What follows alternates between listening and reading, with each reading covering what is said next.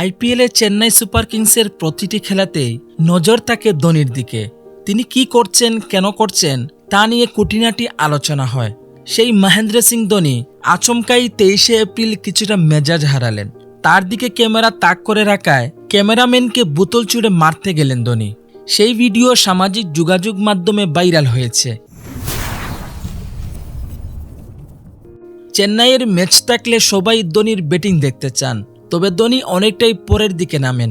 তার আগে ক্যামেরাও মাঝে মধ্যে ফোকাস করে তার গতিবিধির দিকে। কখনো তাকে চুপচাপ বসে থাকতে দেখা যায়, কখনো কিছু খেতে বা ব্যাটিং নিয়ে শ্যাডো করতেও দেখা যায় তাকে। খেলার মধ্যে বারবার মানুষের নজর তার দিকে ঘুরে যাক সেটা তিনি চান না। 23শে এপ্রিল তার উদাহরণ দেখা গিয়েছে।